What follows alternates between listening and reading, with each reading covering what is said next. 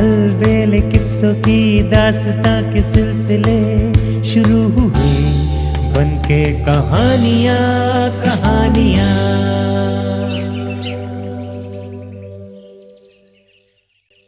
आइए सुनते हैं आज की कहानी, किस बात का दुख अधिक। विक्रम ने फिर उसी शमशान के उसी वृक्ष से वेताल को पकड़कर अपने वश में किया और अपनी पीठ पर लादकर साधु के आश्रम की ओर चल दिया।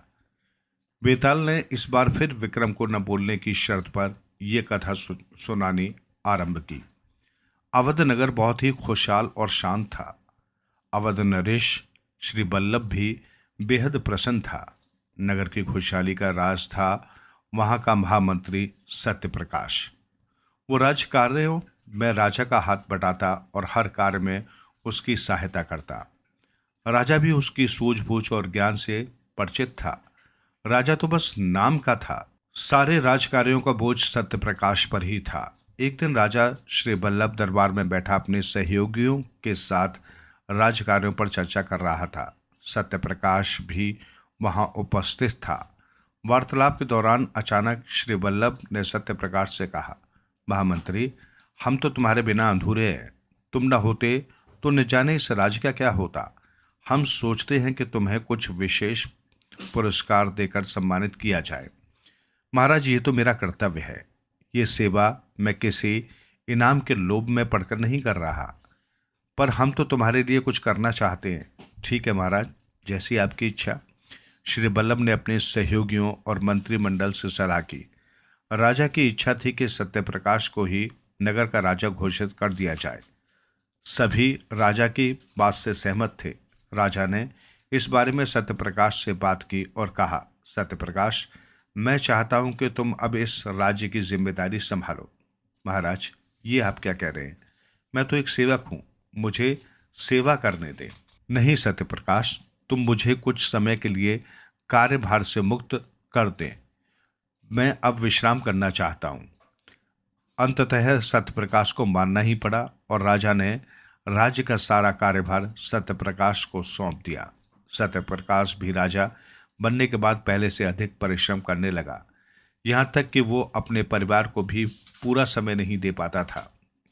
इसी तरह काफी समय बीत गया। जब सत्यप्रकाश की पत्नी अपने पति की व्यस्तता से दुखी हो गई तो उसने कहा, स्वामी, अब इस राज्य का भार राज्य के वास्तविक अधिकारी राजा को सौंप देना चाहिए। चाहता तो मैं भी यही हूं, किंतु महाराज को ये स्वीकार नहीं है। उनसे कहो कि तुम सब परिवार कुछ दिनों के लिए तीर्थ यात्रा पर जाना चाहते हो। निश्चय ही वो तुम्हें मना नहीं करेंगे। सत्यप्रकाश की पत्नी ने युक्ति सुझाई। अपनी पत्नी की सलाह पर अमल करते हुए सत्यप्रकाश ने तीर्थ यात्रा पर जाने की बात कहकर राज्य का कार्यभार राजा को सौंप दिया। राजा ने भी उसे इस शुभ कार्य के लिए मना नहीं किया। राजा की आज्ञा मिलते ही सत्यप्रकाश का परिवार तीर्थ यात्रा पर निकल गया। काफी समय तक वो विभिन्न तीर्थ स्थलों की सैर करता हुआ समुद्र तट तक पहुंच गया। उसने कुछ दिन वहीं रुकने का विचार किया। एक रात वो समुद्र तट के किनारे टहल रहा था कि अचानक उसे एक वृक्ष दिखाई दिया। उस वृक्ष के नीचे एक सुंदरी वाद्य यंत्र वीणा बजा रही थी। सत्यप्रकाश उस वीणा को सुन उसकी धुन में खो गया। न जाने कब उसे नींद आ गई और जब उसकी नींद खुली तो उसने देखा वहां पर न तो वृक्ष था और न ही वो अति सुंदर कन्या। इस घटना के बाद उसे अपनी यात्रा स्थगित कर दी और तुरंत राजमहल में लौट आया और सारी घटना की जानकारी राजा को दे दी। राजा भी इन बातों को सुनकर बहुत ही आश्चर्यचकित हुआ। उसके मन में भी इस घटना को देखने की जिज्ञासा उत्पन्न हुई। वो तुरंत ही सत्यप्रकाश द्वारा बताए गए स्थान पर पहुंच गया। जब रात हुई तो राजा को भी वही दृश्य देखने को मिला, किंतु वो सोया नहीं। कुछ देर संगीत का आनंद लेने के बाद वो उस कन्या के निकट पहुंचा और पूछा, सुंदरी, तुम कौन हो? क्या मुझसे विवाह करोगी? महाराज, मैं आपके सभी प्रश्नों का उत्तर दूंगी, किंतु आपको अमावस के तक प्रतीक्षा करनी पड़ेगी। इसके बाद वो कन्या वृक्ष सहित विलुप्त हो गई। राजा ने अमावस तक उसकी प्रतीक्षा की। अमावस की काली अंधेरी रात को वो कन्या राजा को फिर से वहीं दिखाई थी। राजा भी सोच ही रहा था कि उसके पास वापस जाए और उससे अपने प्रश्नों का उत्तर मांगे। तभी एक भयंकर राक्षस वहां आया और उस कन्या को उठाकर ले जाने लगा। ये देखकर राजा से रहा न गया। उसने म्यान से तलवार निकालकर एक ही बार में राक्षस को ढेर कर दिया। राक्षस से मुक्त होते ही वो कन्या राजा के पास आई और बोली, मैं आभारी हूं कि आपने मुझे इस राक्षस के चंगुल से मुक्त कराया। किंतु ये सब क्या है? राजा ने पूछा। महाराज, मैं विद्याधर की पुत्री चंद्रिका हूं। एक दिन पिताजी ने क्रोधवश मुझे श्राप दे दिया था कि अमावस के दिन तुझे एक राक्षस के अधीन रहना होगा, और तब से ही ये राक्षस हर अमावस की रात को मुझे अपने अधीन कर लेता था। बाद में जब पिताजी को श्राप देने का पश्चाताप हुआ तो उन्होंने इसका उपाय बताया कि कोई राजपुरुष ही तुझे इस दैत्य से मुक्त कराएगा। तभी से मैं समुद्र तट पर आकर किसी राजपुरुष की राह देख रही थी। तुम्हारी प्रतीक्षा समाप्त हुई प्रिय। इसके बाद श्री वल्लभ ने चंद्रिका से विवाह कर लिया और उसे अपने महल में ले आया। अब राजा राजकार्यों पर और भी कम ध्यान देने लगा। वो हर समय अपनी पत्नी के रंग रूप में ही मगन रहता। जब सत्य प्रकाश ने ये बात देखी तो उसे भारी आघात हुआ। उसे इस बात का इतना दुख हुआ कि हृदय गति रुकने से उसकी मृत्यु हो गई। हाँ तो विक्रम, अब तुम बताओ कि सत्यप्रकाश को किस बात का दुख पहुंचा कि उसकी मृत्यु हो गई? बेताल ने पूछा। बेताल, सत्यप्रकाश राजा के कार्य के अतिरिक्त बोझ से बचने के लिए तीर्थ यात्रा पर गया। वहां जाकर जो कुछ भी देखा उसकी जानकारी राजा को दे दी। जब सत्यप्रकाश ने देखा कि राजा ने उस कन्या से विवाह कर लिया और राजकार्यों की सारी जिम्मेदारी पुनः उस पर आ गई, तो इस बात का दुख पहुंचा कि राजा को उस कन्या के बारे में बताया ही क्यों, और इसी दुख से उसकी मृत्यु भी हो गई। विक्रम, तुम फिर बोल पड़े। अब मैं जा रहा हूं, मेरे पीछे आना व्यर्थ है, वापस लौट जाओ। किंतु विक्रम भी कहाँ मानने वाला था। वो बेताल को पकड़ने के लिए फिर उसके पीछे हो लिया। आइए सुनते हैं आज की कहानी, कौन बड़ा त्यागी। शीघ्र ही बेताल को पुनः अपने वश में कर लिया विक्रम ने। इस बार न बोलने का वचन लेकर बेताल ने कथा सुनानी आरंभ की।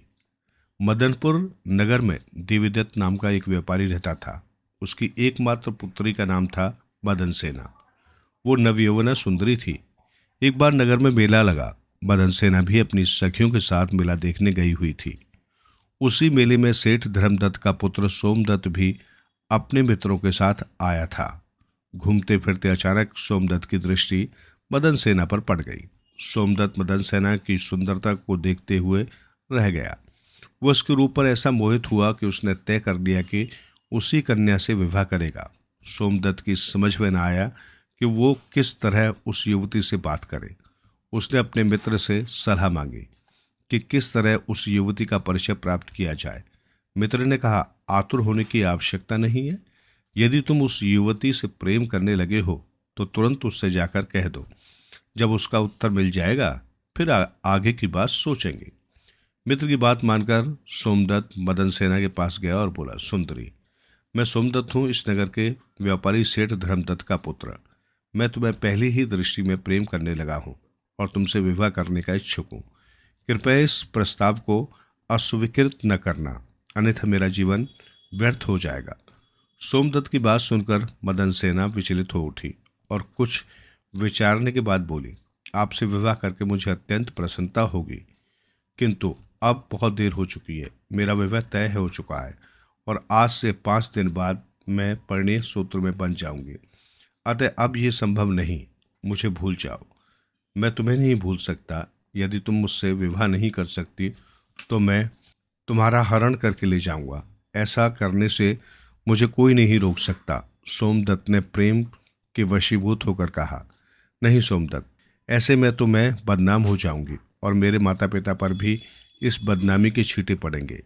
किंतु मेरा क्या होगा? सोमदत्त ने पूछा। तुम चिंता न करो, तुम्हें प्रेम चाहिए वो तुम्हें अवश्य मिलेगा। विवाह के बाद मैं प्रथम रात्रि से पहले तुम्हारे पास आऊंगी, ये मेरा वचन है। सोमदत्त मदन सेना के वचन से संतुष्ट हो गया।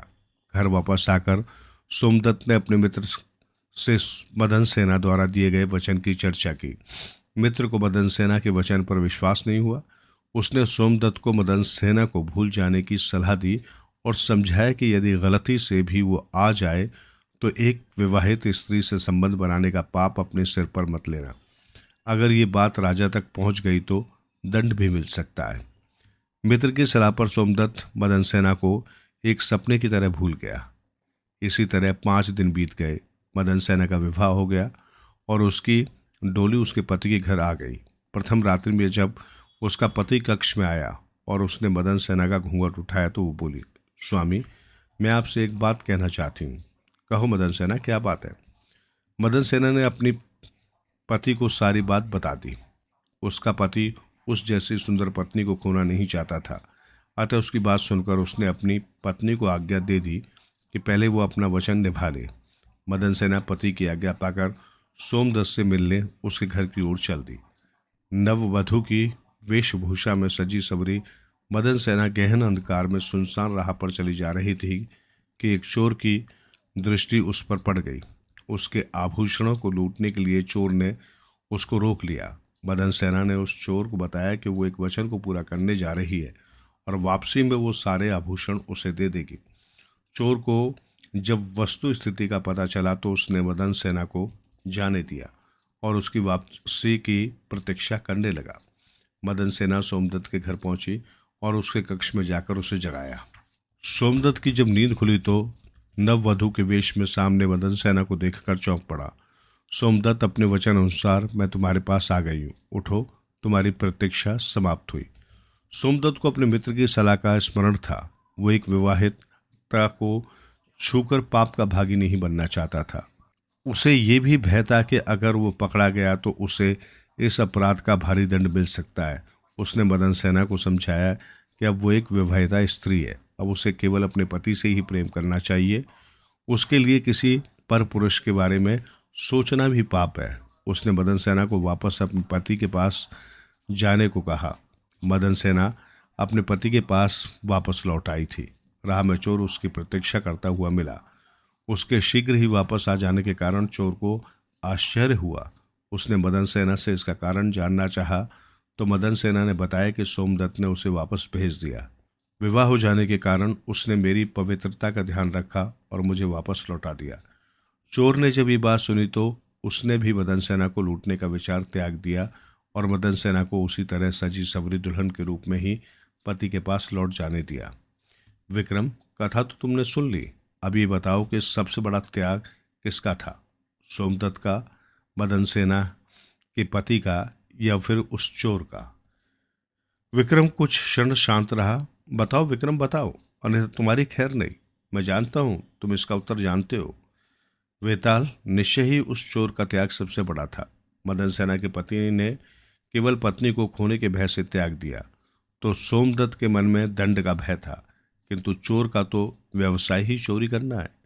फिर भी उसने मदन सेना को छोड़ दिया, इसलिए उसका त्याग महान है। विक्रम के बोल पड़ने के कारण बेताल उसकी पकड़ से छूटकर उड़ गया। विक्रम तलवार लेके फिर उसके पीछे लग गया। आइए सुनते हैं आज की कहानी, वास्तव में दोषी कौन। एक समय की बात है, काशी नगरी में प्रताप मुकुट नामक राजा राज करता था। वो महल में अपनी रानी महादेवी तथा पुत्र ब्रज मुकुट के साथ रहता था। राजकुमार ब्रज मुकुट को शिकार खेलने का बहुत शौक था। एक दिन वो नगर दीवान के पुत्र के साथ शिकार खेलने वन में गया था। शिकार खेलते खेलते उसे पता ही नहीं चला कि कब वो दीवान पुत्र से बिछड़ गया। घने जंगल में पहुंचकर उसे एक तालाब दिखाई दिया। वो तालाब काफी आकर्षक था। तरह तरह के पक्षी वहां पर चहक रहे थे। राजकुमार ने घोड़े से उतरकर तालाब से पानी पिया और कुछ देर वहां बैठकर थकान मिटाई। पास ही उसे एक मंदिर भी दिखाई दिया।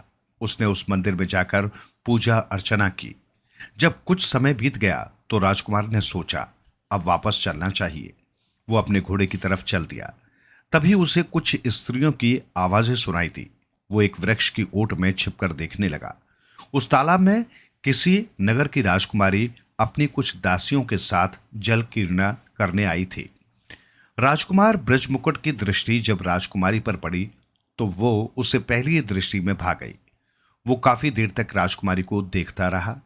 जब उससे रहा न गया तो राजकुमारी के निकट पहुंच गया। एक अनजान पुरुष को वहां देखकर जिसे जहां जगह मिली छिप गई। राजकुमारी के एकदम निकट पहुंच गया राजकुमार। राजकुमारी भी एक सुंदर युवक को अपने समीप देखकर स्तब्ध थी, किंतु वो अनजान युवक उसे भी पसंद आ गया। दोनों कुछ देर तक एक दूसरे को निहारते रहे। फिर न जाने राजकुमारी को क्या सूझा कि उसने सिर पर लगा फूल पहले कान पर लगाया, उसके बाद दांतों से थोड़ा सा काटकर नीचे फेंक दिया और पैरों से दबाकर उसे पुनः उठाकर सीने से लगा लिया। इसके तुरंत बाद वो सखियों के साथ लौट गई। राजकुमार को कुछ भी समझ न आया। वो तो बस राजकुमारी के विचारों में वो तो उस राह को अपलक देखता रहा जिससे राजकुमारी वापस लौटी थी। कुछ क्षण बाद जब राजकुमार संभला तो उसे अपने आप पर निराशा हुई कि उसने अनमोल क्षण खो दिए और उस सुंदर कन्या के बारे में कुछ भी न जान पाया। मन महसूस कर राजकुमार वापस अपनी नगरी की ओर चल दिया।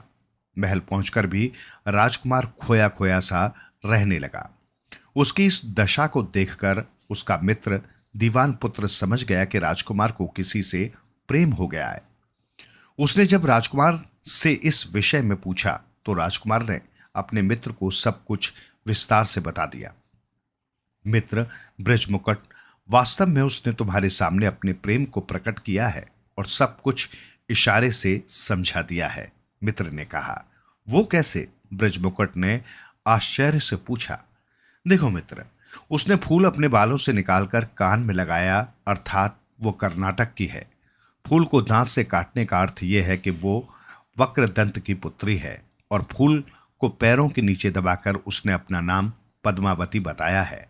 फूल को हृदय से लगाने का अर्थ है कि वो तुम्हें प्रेम करती है और उसने तुम्हें अपने हृदय में बसा लिया है। अच्छा, राजकुमार की खुशी का ठिकाना न रहा। उसने अपने मित्र से कहा कि वो उससे मिलने को बेचैन हो रहा है। मित्र ने राजकुमार को पद्मावती से मिलवाने का वचन दिया।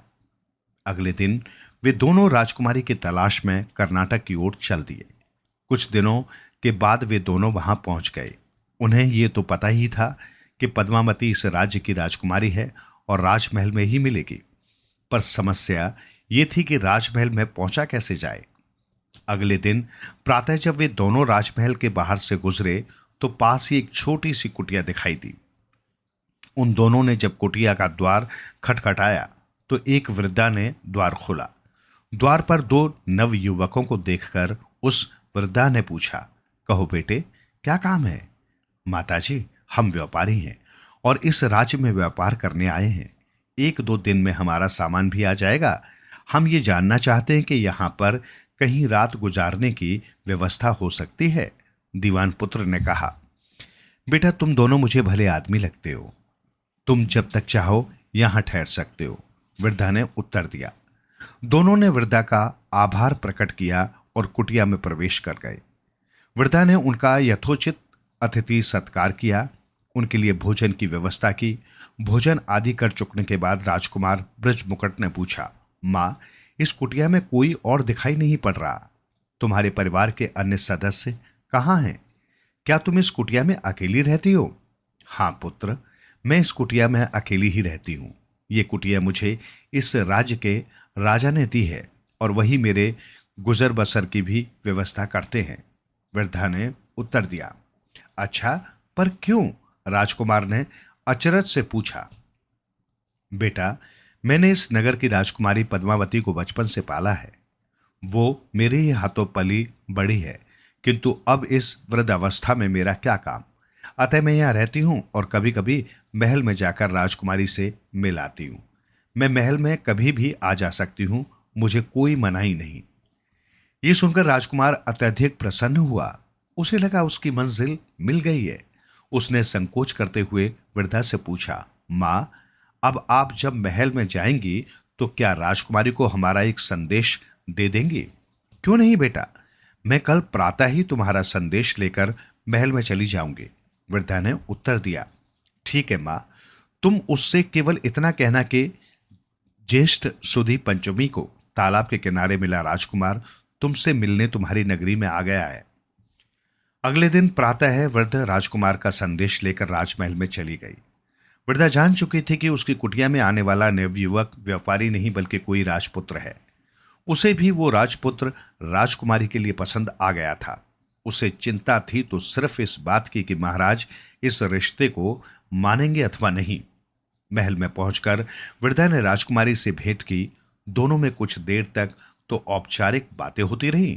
फिर वृद्धा ने राजकुमारी से कहा, पुत्री, मैं जानती हूं कि तुझे किसी से प्रेम हो गया है। ये कैसी बातें कर रही हो दाई मां? पद्मावती ने आश्चर्य से पूछा।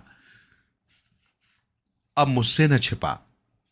ज्येष्ठ सुदी की पंचमी में जो राजकुमार तुझे मिला था वो यहां आ गया है और मेरी ही कुटिया में ठहरा हुआ है।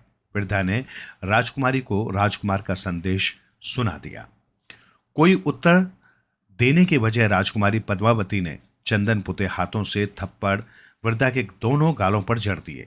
थप्पड़ इतने तेज पड़े थे कि हाथों की 10 उंगलियां उसके गालों पर छप गई। निराश भाव से वृद्धा अपनी कुटिया में लौट आई और सारी बात राजकुमार को बता दी। राजकुमार भी राजकुमारी की इस हरकत पर आश्चर्यचकित रह गया, परंतु राजकुमार का मित्र सारी बात समझ गया। उसने राजकुमार से कहा, दुखी न हो मित्र, पद्मावती ने तो तुम्हारे लिए संदेश भिजवाया है। क्या मतलब? राजकुमार को कुछ समझ न आया। अरे भाई, पद्मावती ने जो चंदन भरे हाथ अपनी दाई मां के मुंह पर मारे हैं उसका अर्थ यह है कि चांदनी के 10 दिन बीत जाने के बाद मुलाकात होगी, मित्र ने समझाया। राजकुमार और वृद्धा को जब वास्तविकता का पता चला तो वे भी प्रसन्न हुए। 10 दिन बीत जाने के बाद वृद्धा पुनः राजकुमारी के पास ब्रज मुकुट का संदेश लेकर गई। इस बार पद्मावती ने वृद्धा के गाल पर लाल गुलाल से 3 उंगलियों की छाप लगा दी। वृद्धा अपनी कुटिया में लौट आई। ब्रज मुकुट इस बात का आशय समझ न सका। उसने मित्र से पूछा तो उसने बताया कि इस बार राजकुमारी ने मासिक चक्र के कारण 3 दिन तक रुकने को कहा है। 3 दिन के बाद राजकुमार ने फिर से वृद्धा को अपना संदेश देकर राजकुमारी के पास भेजा। इस बार राजकुमारी ने वृद्धा के गाल पर काला रंग लगाकर उसे पश्चिम की ओर खुलने वाली खिड़की से जाने को कहा। लौटकर सारी घटना जब वृद्धा ने राजकुमार को बताई तो मित्र ने कहा, राजकुमार, अब तुम दोनों के मिलन का समय आ गया है। रात के घने काले अंधेरे में राजकुमारी ने पश्चिम खिड़की के रास्ते से तुम्हें बुलाया है। ये सुनकर राजकुमार की खुशी का ठिकाना न रहा। उसके लिए तो रात तक प्रतीक्षा करना भारी पड़ रहा था। अंततः जब रात हुई तो वो तय कार्यक्रम के अनुसार राजकुमारी से मिलने पहुंच गया। राजकुमारी पद्मावती को सामने पाकर राजकुमार स्वयं को धन्य महसूस कर रहा था। राजकुमारी भी उसी की प्रतीक्षा कर रही थी। दोनों बरसों के बिछड़े प्रेमी की तड़प को महसूस कर रहे थे। उनसे अधिक प्रतीक्षा सही नहीं गई और वे अलिंगबंद हो गए। कई दिन कई रात इस तरह प्रेम भरी बातों में बीत गए। एक दिन अचानक ब्रज मुकुट को ध्यान आया कि वो कई दिनों से राजकुमारी के साथ उसके कक्ष में रहकर आनंदमय जीवन व्यतीत कर रहा है, किंतु उसका मित्र उससे दूर कुटिया में रहकर न जाने क्या सोच रहा होगा। उसे रह रहकर अपने मित्र की चिंता सता रही थी। उसे परेशान देखकर राजकुमारी से रहा न गया और उसने उसकी चिंता का कारण जानना चाहा।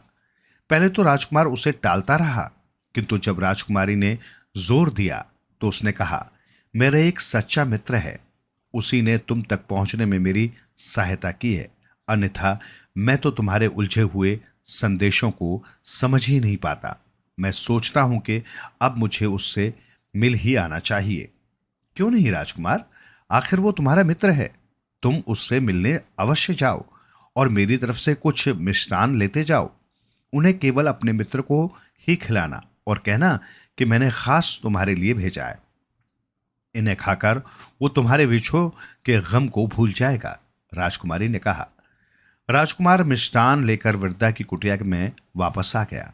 वहां उसका मित्र काफी दिन से उसकी प्रतीक्षा कर रहा था। दोनों एक दूसरे को देखकर अत्यंत प्रसन्न हुए। मित्र, राजकुमारी पद्मावती ने तुम्हारे लिए मिष्ठान भेजे हैं। उसने कहा है कि ये सिर्फ तुम्हें ही दूं। ये लो। राजकुमार ने मिष्ठान मित्र को देते हुए कहा, ये सिर्फ मेरे लिए हैं? मित्र चौंका। क्यों, क्या हुआ? क्या वो तुम्हारे लिए मिष्ठान नहीं भेज सकते? राजकुमार ने पूछा। नहीं, ऐसी बात नहीं है, पर जरा विस्तार से बताओ कि राजकुमारी पद्मावती ने क्या कहकर मिष्ठान भेजे हैं। राजकुमार ने मित्र को सारी बात बता दी। मित्र सोच में पड़ गया कि ऐसे कौन से मिष्ठान होते हैं जिनसे मित्र के बेछो का गम भुलाया जा सकता है। मित्र को न जाने क्या सूझा कि उसने कुटिया से बाहर आकर कुत्ते को मिष्ठान का एक टुकड़ा खिलाया। खाने के कुछ क्षण बाद कुत्ता मर गया। ये सब देखकर राजकुमार आश्चर्यचकित हो उठा। उसे समझ न आया कि आखिर राजकुमारी ने ऐसा क्यों किया। जब उसने मित्र से इसका कारण पूछा तो उसने बताया, मित्र वास्तव में राजकुमारी नहीं चाहती कि उसके प्रेम को कोई और बांटे, इसलिए उसने ऐसा किया था। राजकुमार को अत्यंत क्रोध आया। उसने अपने मित्र से कहा कि वो राजकुमारी को इस अपराध का दंड अवश्य देगा। नहीं राजकुमार, वो तुम्हारा प्रेम है। तुम उससे विवाह करके उसे अपने राज्य ले चलो। इसके लिए उसके पिता नहीं मानेंगे क्योंकि हम दूसरे राज्य के हैं। ठीक है, फिर जैसा मैं कहता हूं तुम वैसा ही करो। तुम राजकुमारी से जाकर कह दो कि वो मिष्ठान मैंने अपने मित्र को दे दिए हैं और उससे उसी तरह प्रेम करो जैसे पहले करते थे। रात होने पर तुम मूर्छित करने वाली ये दवा उसे पिला देना। मित्र ने दवा देते हुए कहा। उसके बाद राजकुमार ने पूछा, जब वो मूर्छित हो जाए तो उसके सभी आभूषण उतार लेना और उसकी बाईं जांघ पर अपने त्रिशूल से हल्का सा प्रहार कर देना। ध्यान रहे, त्रिशूल के तीनों फलों के निशान जांघ पर बनने चाहिए। इसके बाद उन आभूषणों को लेकर तुम वापस मेरे पास आ जाना। इसके बाद तुम्हें क्या करना है ये मैं तुम्हें बाद में बताऊंगा। राजकुमार नियत समय पर राजकुमारी से मिलने राजमहल में गया। राजकुमारी उसे देखते ही उससे लिपट गई और पूछा कि क्या उसने मिष्ठान अपने मित्र को दे दिए थे। राजकुमार ने ठीक वैसा ही बताया जैसा उसके मित्र ने समझाया था। रात को चुपके से राजकुमार ने राजकुमारी के दूध में मूर्छित करने वाली दवा मिला दी। मूर्छित होने के बाद राजकुमार ने उसके आभूषण उतारे और उसकी जांघ पर त्रिशूल से निशान बनाकर अपने मित्र के पास लौट आया और अपने कार्य के सफलतापूर्वक संपन्न होने की सूचना दी।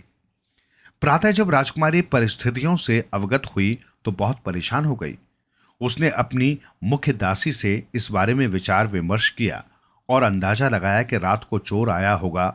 वो आभूषणों व राजकुमार को साथ ले गया होगा और राजकुमार के साथ हुए संघर्ष के दौरान ही राजकुमारी को त्रिशूल लग गया होगा। अब समस्या ये थी कि राजकुमारी के कक्ष में राजकुमार के होने की बात तो बताई नहीं जा सकती थी और आभूषण गायब होने की सूचना भी दबाई नहीं जा सकती थी। अतः राजकुमारी के कक्ष से केवल आभूषण चोरी होने की सूचना राज्यसभा तक पहुंचा दी गई। राजा तक इस बात की सूचना पहुंचते ही चोर को पकड़ने का अभियान शुरू हो गया। सारी नगरी में चोर को पकड़कर लाने वाले को उचित पुरस्कार देने की घोषणा करवा दी गई। जब राजकुमार ब्रजमुकुट के मित्र को पता चला कि राजकुमारी के कक्ष से आभूषण चोरी होने की चर्चा चारों ओर हो रही है तो वो बहुत प्रसन्न हुआ। उसे अपनी योजना सफल होती प्रतीत हो रही थी। उसने राजकुमार से कहा, राजकुमार, अब अपनी योजना को मूर्त रूप देने का समय आ गया है। मुझे यकीन था कि राजकुमारी आभूषण चोरी होने की सूचना तो देगी किंतु तुम्हारे विषय में कुछ भी नहीं बताएगी। अब ध्यान से सुनो कि तुम्हें क्या करना है। तुम एक साधु का भेष धारण करके ये आभूषण लेकर शहर के प्रसिद्ध जौहरी के पास जाओ और उससे पूछो कि आभूषण असली हैं या नकली। अगर असली हैं तो इनका मूल्य क्या है। यदि वो तुमसे कोई प्रश्न करे तो केवल इतना ही कहना कि ये आभूषण तुम्हारे गुरु ने दिए हैं और उन्हीं की आज्ञा से तुम्हारे पास आया हूं। राजकुमार ने वैसा ही किया और साधु का भेष धारण कर नगर के प्रसिद्ध जौहरी के पास जा पहुंचा। राजकुमार ने जैसे ही आभूषण दिखाए, जौहरी चौंक उठा। उसने साधु से पूछा, ये आभूषण आपके पास कहां से आए महाराज? मेरे गुरु ने दिए हैं और उन्होंने ही मुझे आपके पास भेजा है। आप ये बताएं कि ये असली हैं या नकली? राजकुमार ने कहा, 100% असली आभूषण हैं और बहुत कीमती भी। क्या तुम इन्हें बेचना चाहते हो? जी नहीं, हम साधु संत माया लोभ में नहीं पड़ते, राजकुमार ने उत्तर दिया। जौहरी ने राजकुमार को बातों में उलझाए रखा और चुपके से पहरेदारों को बुलवा लिया। पहरेदारों ने राजकुमार को पकड़ लिया और सीधे राजमहल में ले जाकर राजा के सामने पेश कर दिया। ये आभूषण तुम्हारे पास कहां से आए? राजा ने पूछा। जी महाराज, ये तो मेरे गुरु ही बता सकते हैं, उन्होंने ही मुझे जौहरी के पास भेजा था, राजकुमार ने उत्तर दिया। राजा ने साधु बने राजकुमार के गुरु को बुलवाने का हुक्म दिया। कुछ ही देर में राजकुमार का मित्र गुरु के रूप में दरबार में हाजिर था। राजा ने उससे आभूषण के बारे में पूछा कि तो उसने कहा, महाराज मैं सब कुछ सच सच बता दूंगा, मगर आप भी वादा करें कि दोषी को दंड अवश्य देंगे। आप चिंता न करें महात्मा, निर्भय होकर सारी बात बताएं। जो भी कसूरवार होगा उसे दंड अवश्य मिलेगा, राजा ने कहा। महाराज, हम लोग साधु संत हैं और जंगल में तप साधना करते हैं। कल रात भी मैं अपने शिष्य के साथ साधना में लीन था कि तभी एक सुंदर कन्या आई और मेरे शिष्य को अपने मोह जाल में लुभाने का प्रयत्न करने लगी। उसने अपने आभूषण भी मेरे शिष्य को सौंप दिए, किंतु मेरा शिष्य उसके जाल में न फंसा। जब वो जबरदस्ती करने लगी तो मैंने अपने त्रिशूल से उस पर वार कर दिया, जो उसकी दाईं जांघ पर लगा। तब वो कन्या भाग गई, किंतु उसके सारे आभूषण वहीं रह गए। आज प्रातः है मैंने ये आभूषण अपने शिष्य को देकर जौहरी के पास भेजा ताकि ज्ञात हो सके ये किसके हैं, ताकि मैं उस कन्या की शिकायत इस नगर के राजा से कर सकूं। राजा ने जौहरी से पूछताछ की तो उसने भी स्वीकार किया कि साधु ने आभूषण बेचने की बात नहीं की थी। अब राजा दुविधा में पड़ गया, क्योंकि उसने साधु को वचन दे दिया था कि वो कसूरवार को दंड देगा और कसूरवार उसे अपनी पुत्री पद्मावती ही नजर आ रही थी। उसने रानी से कहा कि वो पद्मावती की बाईं जांघ पर त्रिशूल का निशान की जांच करे। रानी ने जांच करते हुए पाया कि त्रिशूल का निशान है। उसने इस बात की सूचना राजा को दे दी।